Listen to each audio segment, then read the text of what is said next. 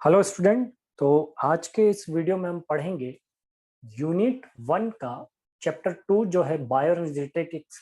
और उसमें जो टॉपिक दिया हुआ है that is energy rich compounds and there classification. तो एनर्जी रिच कंपाउंड्स क्या होते हैं, किन कंपाउंड्स को हम एनर्जी रिच कंपाउंड्स बोलते हैं और इनका क्लासिफिकेशन किस तरीके से किया गया है, कितने तरीके के एनर्जी रिच कंपाउंड्स होते हैं, इन सब के बारे में हम डिटेल में आज के इस पूरे वीडियो में पढ़ेंगे।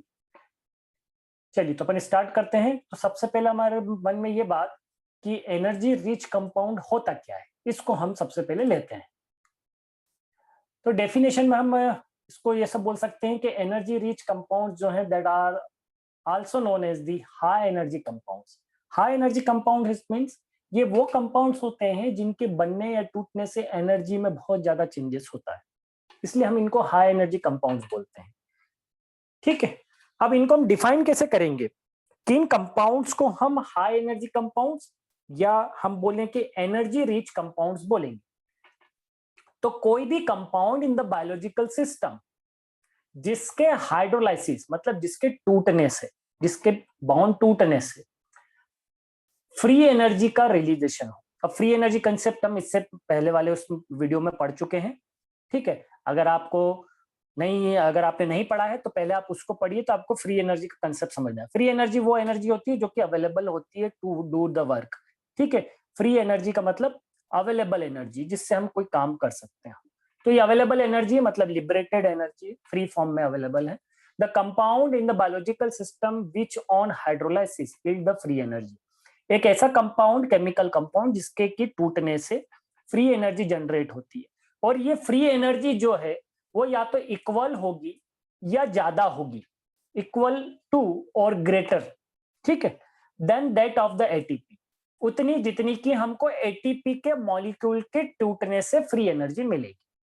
समझ में आ गई बात? तो सीधी सिंपल सी बात ऐसी है कि ऐसे कंपाउंड्स, ऐसे केमिकल कंपाउंड्स हमारे बायोलॉजिकल सिस्टम में या हमारी सेल्स में या हमारे ऑर्गन्स में जो कि टूटने पे उतनी एनर्जी को लिबरेट करते हैं, उतनी एनर्जी को या उससे ज्यादा एनर्जी को लिबरेट करते हैं जितनी की एटीपी के टूटने से मिलती है। अगर वो एटीपी के बराबर की एनर्जी लिबरेट करते हैं तो वो भी हाई एनर्जी कंपाउंड कराएंगे, या उससे ज्यादा करते हैं तो हाई एनर्जी कंपाउंड करेंगे। और अगर उससे एनर्जी लेस लिबरेट करते हैं तो हम उसे लो एनर्जी कंपाउंड बोलते हैं। अब हमने इससे पहले वाले कंसेप्ट में ये पढ़ा था कि अगर डेल जी की वैल्यू माइनस होती है तो वो एक्सोथर्मिक रिएक्शन होती है। तो यहाँ पे ये डेल जी की वैल्यू क्या है, माइनस 7.3 किलो कैलोरी पर मॉलिक्यूल। इतनी अगर एनर्जी कोई मॉलिक्यूल टूटने पे जनरेट कर रहा है, ठीक है, तो वो हाई एनर्जी कंपाउंड कहलाएगा। इतनी या इससे ज्यादा, है ना, दोनों ही केस में, है ना। तो यहाँ पे अगर हम ये बोलें कि -7.3 किलो कैलोरीज जो कंपाउंड टूटने पे जनरेट करेगा, ये इतनी एनर्जी है जो कि एटीपी के एक बॉन्ड टूटने पे जनरेट होती है। ठीक है, तो एटीपी के टूटने पे हमको इतनी एनर्जी मिलती है, -7.3 एनर्जी, एक्सोथर्मिक रिएक्शन। ठीक है, तो ब्रेकडाउन जो है वो एक्सोथर्मिक, फॉर्मेशन जो है वो एंडोथर्मिक होता है। एक्सोथर्मिक एंडोथर्मिक हम ये कंसेप्ट देख चुके हैं, तो यहाँ पे यही समझाया गया है। ठीक है, तो डेफिनेशन क्या कह रहा है कि ऐसी एनर्जी जिसमें जब बॉन्ड टूटे या कंपाउंड का हाइड्रोलाइसिस हो, उसके बॉन्ड टूटे, तो वो इतनी एनर्जी दे या उससे ज्यादा दे जितनी कि हमको एटीपी के टूटने से मिलती है। तो ऐसे सभी कंपाउंड्स को हम एनर्जी रिच कंपाउंड्स या हाई एनर्जी कंपाउंड्स बोलते हैं। ठीक है, तो यहां से डेफिनेशन क्लियर होगी आपको। बहुत सिंपल डेफिनेशन है, एक दो लाइन की डेफिनेशन, यही एनर्जी रिच कंपाउंड्स में हमको लिखना भी। अब हम इसका और देख लेते हैं कि ऐसे क्या डिस्क्रिप्शन टाइप से है। The most of the high energy compounds या energy rich compounds contains the phosphate group. अब ये ध्यान रखिएगा, फॉस्फेट बॉन्ड होते हैं, मतलब कि वो पी ऐसा करके हम डैश करके लिखते हैं, जो कहीं पे भी या आगे या पीछे से हम उसको कहीं से बॉन्ड लगाते हैं, तो ये जितने भी हम पी करके लिखते हैं ये सभी फॉस्फेट ग्रुप है ना। फॉस्फेट ग्रुप जो है उसी को हम यहाँ पे मेंशन कर रहे हैं। तो फॉस्फेट ग्रुप PO4 जिसको हम बोलते हैं, ये जब अटैच होता है किसी मॉलिक्यूल से और ये जब टूटता है तो उससे हमको एनर्जी लिबरेशन होता है। एक्सेप्ट दी एसिटाइल कोएंजाइम है, सिर्फ एसिटाइल कोएंजाइम है, ये बहुत इंपॉर्टेंट एनर्जी रिच कंपाउंड है एसिटाइल कोएंजाइम। ठीक है, बहुत इंपॉर्टेंट। ठीक, सेंट्रल पार्ट है किसी भी मेटाबॉलिज्म का, इसके आगे पीछे ही सारी मेटाबॉलिज्म जो है वो चलती। ठीक है, ये मैं आपको समझाऊंगा जब हम मेटाबॉलिज्म समझेंगे। Hence they are also called the high energy phosphate। क्योंकि जितने भी एनर्जी कंपाउंड्स होते हैं उन सभी में फॉस्फेट बॉन्ड होता है, इसलिए या फॉस्फेट ग्रुप होता है, इसलिए उनको हम हाई एनर्जी फॉस्फेट्स भी बोल सकते हैं। तो तीन नाम हो गए, energy rich compounds, high energy compounds या हाई एनर्जी फॉस्फेट्स। हम इन तीनों नाम से इसको बता सकते हैं। Clear? The bond in the high energy compounds which yield energy upon hydrolysis are called the high energy bond। तो जो बॉन्ड टूटने से हमको एनर्जी का लिबरेशन हो रहा है -7.3 किलो कैलोरी पर मॉलिक्यूल, इतनी एनर्जी जो हमको जिस बॉन्ड के टूटने से मिल रही है, ठीक है, उस बॉन्ड को हम हाई एनर्जी बॉन्ड बोलते हैं। और फॉस्फेट बॉन्ड जो होता है वो एक हाई एनर्जी बॉन्ड है ना, जिससे भी फॉस्फेट जुड़ता है।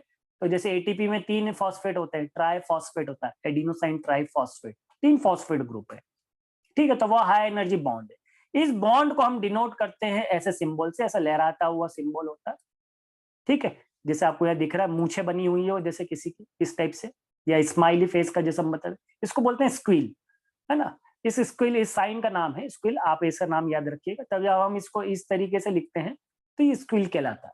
तो ये क्या बता रहा है, इसको जनरली ऐसा लिखा जाता है कि यहाँ पे ग्लूकोज लिखा होगा, यहाँ ग्लूकोज लिखा होगा, ग्लूकोज से ऐसा स्क्विल करके और पी लगा होगा, मतलब ये जो बॉन्ड है ग्लूकोज और फॉस्फेट के बीच में, ये हाई एनर्जी बॉन्ड है, और इसके टूटने से हमको एनर्जी लिबरेट होगी, और इस बॉन्ड को हम हाई एनर्जी बॉन्ड बोलेंगे, और इस कंपाउंड को हाई एनर्जी कंपाउंड बोलेंगे। ठीक है, तो इस तरीके से हम इस पार्ट को जो है डिफाइन कर सकते हैं। अब हम आ जाते हैं हमारे main part, that is the classification. चलिए, classification of energy rich compounds हम किस तरीके से, there are the 5 different groups जिसके बेसिस पे हम एनर्जी रिच कंपाउंड्स को क्लासिफाई करते हैं। पहला है पायरोफॉस्फेट, दूसरा है इनोल फॉस्फेट, तीसरा है असाइल फॉस्फेट। देखिए सभी में फॉस्फेट है ना, इसलिए हमने क्या बोला है कि इन सभी में फॉस्फेट ग्रुप होता है, इसलिए इनको एनर्जी रिच या हाई एनर्जी फॉस्फेट्स भी बोलते हैं। थायोल फॉस्फेट, ठीक है, ग्वेनिडोफॉस्फेट्स और फॉस्फोजेंस इसका नाम। तो हम इंडिविजुअली सबको एक एक बार देख लेते हैं, छोटा छोटा डिस्क्रिप्शन है सभी का, और लास्ट में हम इसकी समरी भी देखेंगे सभी पांचों की। ठीक है, किस तरीके के बॉन्ड्स इसमें प्रेजेंट होते हैं। चलिए, पहला है पायरोफॉस्फेट। तो पायरोफॉस्फेट क्या है बताता है, पायरोफॉस्फेट ये बता रहा है the energy bonds in the pyrophosphate are the acid anhydride. किस ग्रुप में, किस तरह के ग्रुप बॉन्ड है, एसिड एनहाइड्राइड बॉन्ड्स, है ना। These bonds are formed by the condensation of acid the group, ठीक है, और their derivative। तो जनरली फॉस्फोरिक एसिड जो है उसके ग्रुप से ये कंडेंसेशन से बनता है। एग्जाम्पल जो है of pyrophosphate is ATP. ATP जो एक हाई एनर्जी कंपाउंड है, तो उसमें जो बॉन्ड होता है फॉस्फेट में, that is the pyrophosphate. It has the 2 high energy diphosphate bond. अब हम बोल रहे हैं तो ट्राइफॉस्फेट और यहाँ डाइफॉस्फेट, क्योंकि 3 फॉस्फेट जो हैं वो आपस में 2 बॉन्ड से ही जुड़े रहेंगे, 3 बॉन्ड से नहीं जुड़ेंगे। ठीक है, ये और ये 2 बॉन्ड। ठीक है, इसलिए हम यहाँ पे बोल रहे हैं it has the 2 high energy diphosphate bond. ठीक है, तो फॉस्फो एनहाइड्राइड बॉन्ड्स इनको बोला जाता है। और इधर हमारा एडिनोसाइन ग्रुप लगा रहता है, राइबोज शुगर और उसके साथ, है ना। तो ये जो बॉन्ड है ये 1 नंबर, ये 2 नंबर। ठीक, तो पायरोफॉस्फेट बॉन्ड का सिंपलेस्ट एग्जांपल कैसा है, एटीपी। चलिए आगे बढ़ते हैं हम। तो इसमें बॉन्ड किस तरीके का होता है, एनहाइड्राइड बॉन्ड होता है ना, ये ध्यान रखना है। बस ये छोटा छोटा सा डिस्क्रिप्शन है सभी का। इनोल फॉस्फेट, इनोल फॉस्फेट जो है वो the bond present here is enol phosphate bond. अब ये तो हम बोल ही रहे, the form when the phosphate group, ये कब बनेगा, attach to the hydroxyl group of the bonded to a carbon atom having the double bond. ठीक है, जैसे फॉस्फोइनोल पाइरुवेट में हमको ये देखने को मिलेगा। ठीक है, तो the bond present here is the phosphoenol phosphate bond, है ना। तो इनोल फॉस्फेट बॉन्ड जो है वो क्यों बन रहा है, जब फॉस्फेट ग्रुप जो है वो अटैच हो ऐसे हाइड्रोक्सिल ग्रुप से, मतलब जनरली इस तरीके से रहेगा, यहाँ ओ रहेगा और इससे फिर ये हाइड्रोक्सिल ग्रुप से क्या हो जाएगा, फॉस्फेट जुड़ जाएगा। ठीक है, और कार्बन कार्बन के बीच में कैसा होगा, डबल बॉन्ड। इसका एग्जाम्पल क्या है, फॉस्फोइनोल पाइरुवेट में हम ऐसा दिखेंगे। ठीक, इसकी समरी में आपको सभी तरह के बॉन्ड का फॉर्मेशन देखने को मिलेगा। आप यहाँ पे से टेक्स्ट ले सकते हैं कि हमको इसमें क्या कैसे समझा, वहां से आप इसका डायग्राम ले सकते हैं ना। The bonded to a carbon having the double bond. चलिए आगे देखते हैं हम। That is a acyl phosphate. The example of the acyl phosphate is the 1,3-bis phosphoglycerate. ये सब हमको उसमें पढ़ने को मिलेंगे जब हम मेटाबॉलिज्म पढ़ेंगे कार्बोहाइड्रेट के या दूसरे।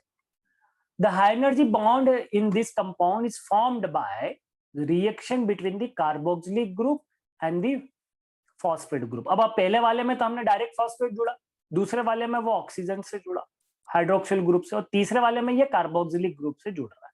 ठीक है, मतलब कि ये C डबल बॉन्ड O और इससे P जुड़ेगा, तो इसको हम क्या बोलेंगे, असाइल फॉस्फेट बोलेंगे।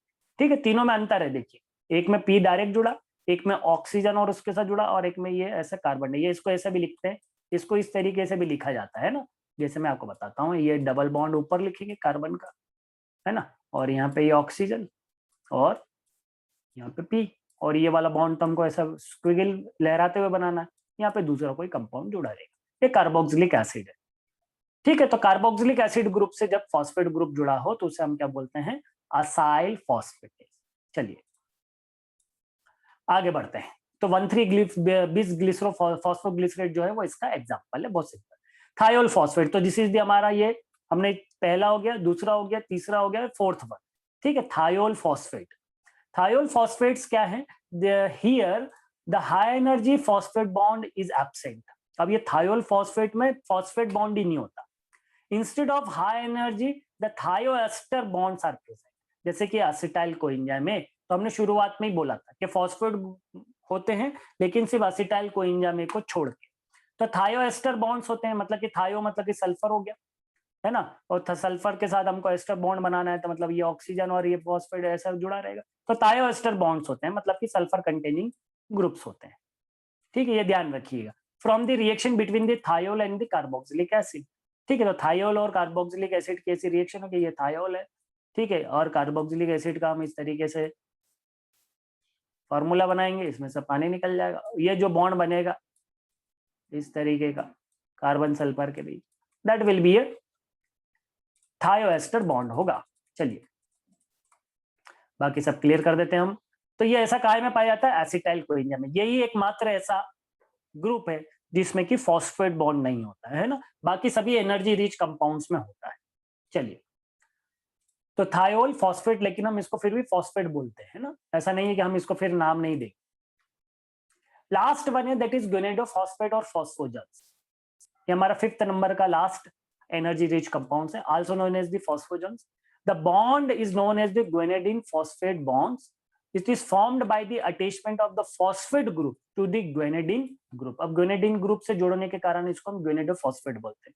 It is most important compound with this bond is the phosphocreatinine. Phosphocreatinine में इस तरह का बॉन्ड हमको देखने को मिलता है। अब हमने सभी तरह के पांचों देख लिए, अब इनका हम समरी देख लेते हैं, तो हम आपको एक बार और अच्छे से ये चीज क्लियर हो जाएगी कहाँ पे कैसा बॉन्ड मैंने आपको बताया था। देखिए, तो इस पहली बार में मैंने बोला था कि फॉस्फेट जो है डायरेक्टली जुड़ा रहेगा, उसमें ऐसा कुछ नहीं होगा, पायरोफॉस्फेट। ठीक है, इनॉल फॉस्फेट में वो हाइड्रोक्सिल ग्रुप से जुड़ा रहता है, लेकिन जिसमें कि कार्बन कार्बन आपस में जुड़े हुए डबल बॉन्ड से। तो मैंने आपको ये बताया था कि कार्बन कार्बन जो है वो आपस में जुड़े रहेंगे, और यहाँ पे ऑक्सीजन जो है वो इससे जुड़ा रहेगा। तो ये हाइड्रोक्सिल ग्रुप से जुड़ने वाला था। असाइल फॉस्फेट में था क्या, वो कार्बोक्सिलिक एसिड के साथ फॉस्फेट था, तो कार्बोक्सिलिक एसिड के साथ ये फॉस्फेट जुड़ा हुआ है। हमने 1,3-bis गिब्सलोफॉस्फेट, कार्बोमिल फॉस्फेट, एटीपी, पायरोफॉस्फेट, ये इसके एग्जांपल्स। ठीक है, पीईपी फॉस्फोइनोल पाइरुवेट, ये शॉर्टकट बोलते हैं, ध्यान रखिएगा, पीईपी है ना, बहुत बार आता है। पीईपी जगह लिखा रहेगा तो फॉस्फोइनोल पाइरुवेट का मतलब होता है। तो इसमें कार्बन कार्बन डबल बॉन्ड होना चाहिए, इसमें कार्बोक्सिलिक एसिड होना चाहिए, और इसमें कार्बन और फॉस्फेट के बीच में डायरेक्ट बॉन्ड होता है, जैसे कि एटीपी में हम देखते हैं। तो ये 3 तरीके का हमने हो गया, आपको यहाँ से और ज्यादा अच्छे से समरी है, क्लियर हो गया किस तरह का बॉन्ड है। ये बॉन्ड देखिए, यहाँ पे ये वाला बॉन्ड देखिए, और यहाँ पे ये वाला बॉन्ड देखिए, है ना, ये क्लियर हो गया। अब हमारे 2 और बचे, दैट विल बी थायोएस्टर। अभी हमने बोला था कि इसमें फॉस्फेट बॉन्ड, फॉस्फेट होता ही नहीं, एग्जाम्पल एसिटाइल कोएंजाइम है और असाइल कोएंजाइम है। ठीक है, मोस्ट कॉमनली। तो इसमें कैसा है कि कार्बन कार्बन डबल बॉन्ड पे, और यहाँ पे सल्फर ग्रुप है, ये थायोएस्टर बॉन्ड है। ठीक है, इससे पहले वाले हमने देखा, ये देखिए मिलता जुलता किसके जैसा है, ये मिलता जुलता इसके जैसा है। कहाँ पे, अपन इसको क्लियर कर लेते हैं, ये यहाँ पे, यहाँ इसके जैसा मिलता जुलता है। Carbon carbon double bond O और P है, तो ये इनोल फॉस्फेट हो गया। ठीक है, अगर यहाँ पे P की जगह सल्फर हो जाए तो ये थायोल फॉस्फेट हो गया, इसलिए हम इसको थायोल फॉस्फेट बोलते हैं। ठीक, तो थायोल एस्टर बॉन्ड या थायो एस्टर बॉन्ड जो है वो आपस में जुड़े। गुइनिडोफॉस्फेट, इसमें नाइट्रोजन से जो है वो फॉस्फेट होता है, जैसे फॉस्फोक्रिएटिनिन और फॉस्फो आर्जिनिन में हमको ये चीज देखने को मिलती है। तो this is the classification of energy rich compounds, high energy compounds, या हम बोले हाई एनर्जी फॉस्फेट कंपाउंड्स, जिनको हमने 3 तरीके से नाम दिया था। इस पूरे बेसिस पे हम इनको समझा सकते हैं। इस तरीके से आपको क्लासिफाई करना है, एग्जाम्पल देने, नाम देना है। बहुत सिंपल सा छोटा सा टॉपिक है। होप आपको समझ में आया होगा। फिर भी कोई क्वेश्चन है तो आप कमेंट सेक्शन में मुझसे पूछ सकते हैं। ठीक है, I will definitely answer. Thank you.